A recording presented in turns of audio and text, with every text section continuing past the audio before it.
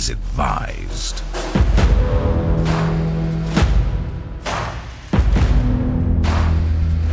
This is 10-Minute Murder.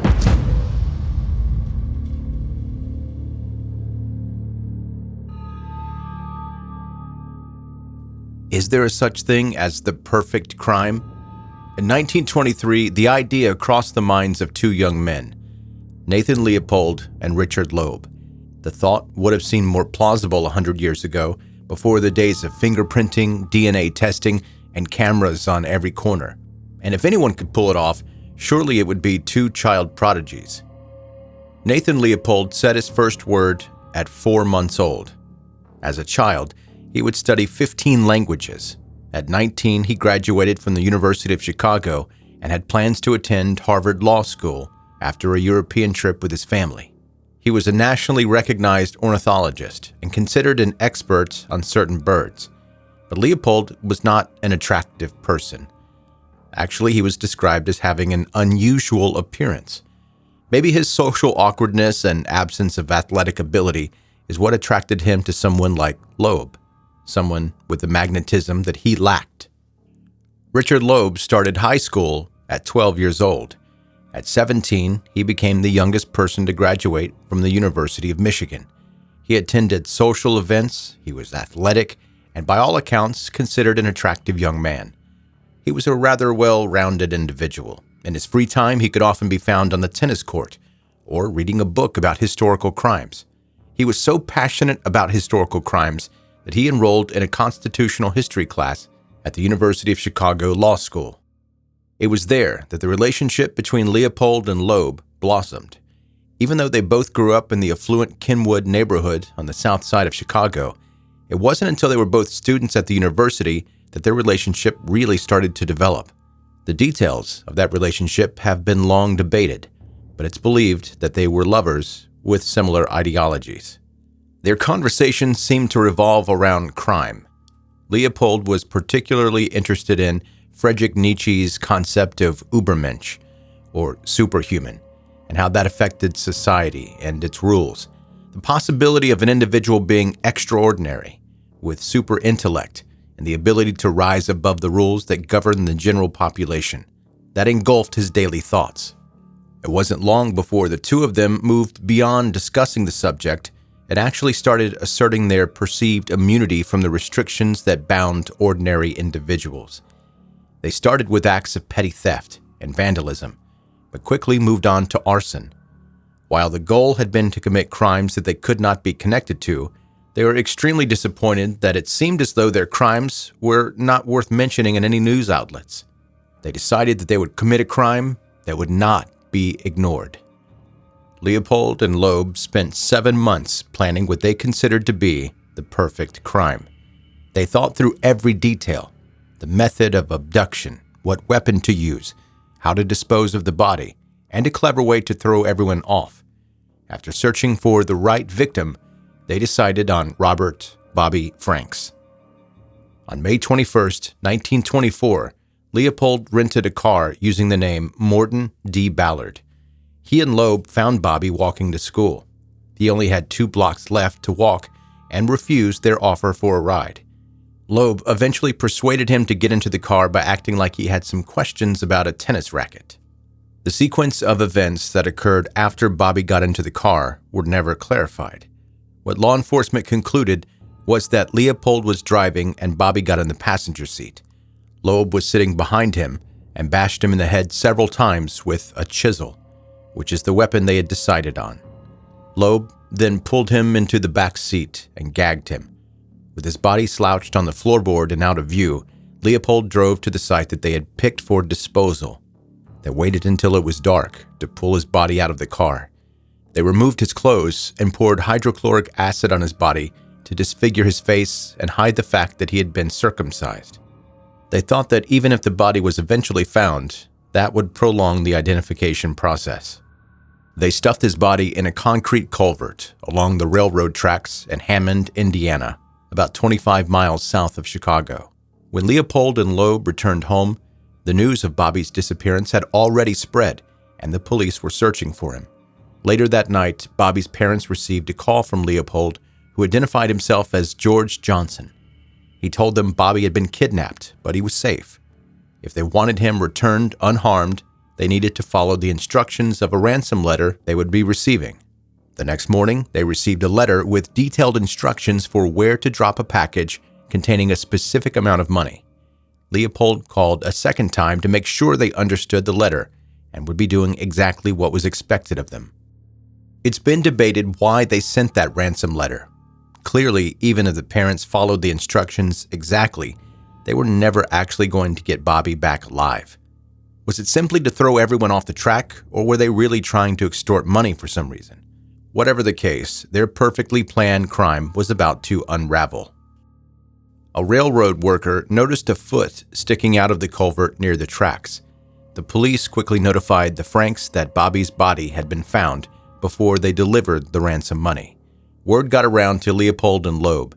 While Loeb went about his daily routines and avoided drawing any attention to himself, Leopold relished in the spotlight. He shared his theories with police and the media about what could have happened to Bobby. Maybe the notion that he was like one of Nietzsche's superhumans encouraged him to take unnecessary risks. Leopold definitely had an inflated idea of his self-importance, considering his mistake would ultimately cause their demise. When they found Bobby's body, they also found a pair of glasses. At that time, police work was kind of a guessing game, partly, and mostly intuition. However, there was little guessing to be done with the glasses. There were plenty of people in Chicago that wore glasses, but these glasses had a very specific hinge on them. The police were able to locate the store that sold the glasses, and only 3 people had those exact hinges, one being Leopold. The police were already familiar with him as he had inserted himself into the case. If Leopold had not lost his glasses at the crime scene, it's likely that he and Loeb would not have been caught. During questioning, the boys confessed to the crime. Although Loeb insisted not only that Leopold planned the whole thing, but he was just driving. Leopold was in the back seat and killed Bobby. Eventually, Loeb took the blame for the killing. Leopold would later admit that he asked Loeb to confess to the killing because his mopsy couldn't handle the thought of him doing it. Leopold also confessed to thinking about what it would be like to murder someone and admitted he found it far less satisfying than he had hoped. Clarence Darrow was hired for a very large sum of money to defend the young men. What he accomplished in the process of their case would be discussed in many classes for the next century. He was originally hired not just for his reputation in court, but he abhorred capital punishment, and it was certain that the boys were going to be facing the death penalty. Even though the court case was technically a sentencing since the boys had already pleaded guilty, they spent 32 days in court. Robert Crowe, the state attorney, brought in over 100 witnesses to discuss the details of the crime. The defense brought in their own witnesses and discussed the boys' abnormalities, their delusions and dysfunctions. One side wanted to make them seem as competent, cruel killers, while the other painted them as young men with blurred lines between reality and fantasy. Darrow's summation lasted 12 hours. During that time, he blamed almost everyone except for the boys for the crime that they had committed. He blamed the media and its sensationalism. He questioned the motives of the college professors that taught their students about Nietzsche. And he blamed the culture that had devalued human life through wars. He said the wars had increased crime and caused bitterness, hatred, and cheapened the cost of blood. He would go on to mention the parents' good intentions in working so hard to provide such a good life for their children, but at what cost?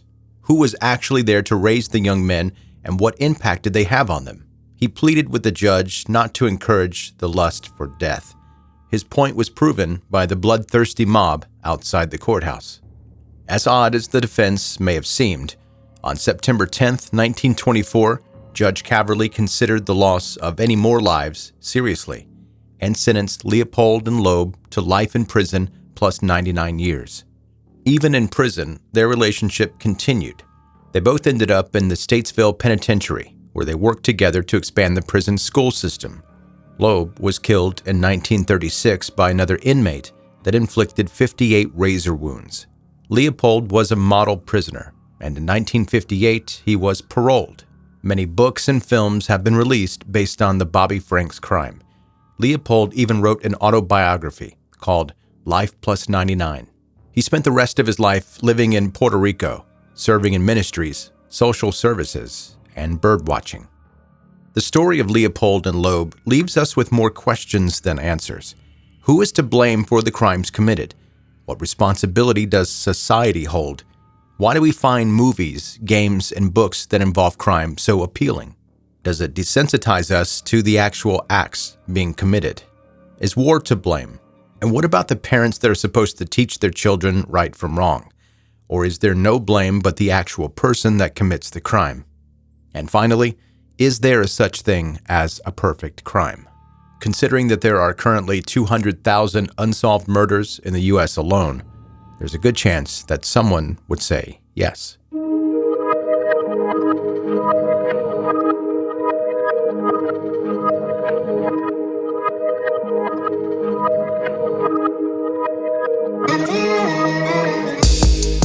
That's 10-Minute Murder for today. Brief and bingeable true crime. I'm Joe, the host, and thank you so much for listening today. If you're new to 10-Minute Murder, I am super excited that you're here and chose this podcast to check out. If you enjoyed it, please subscribe now. That way you can more easily catch up on all the back episodes and never miss any of the new ones. You can also connect with me on social media. See the pictures of what we're talking about here in the podcast. And if you like this episode, leave a rating and review on Apple, Spotify, Audible, any place that's possible. And now our email question for today. Hi, Joe. I love listening to your podcast, 10-Minute Murder. I have a question for you. Do you ever have nightmares about the murders you research? I did. Actually, while it was about a serial murder case you presented, my nightmare was long before 10-Minute Murder existed. I was a newlywed when Jeffrey Dahmer was in the national news. On more than one occasion, I thought about how horrific it would be to discover a family member was a monster. When Jeffrey Dahmer's evil deeds were discovered, I shuddered to think a person could be related to the likes of him.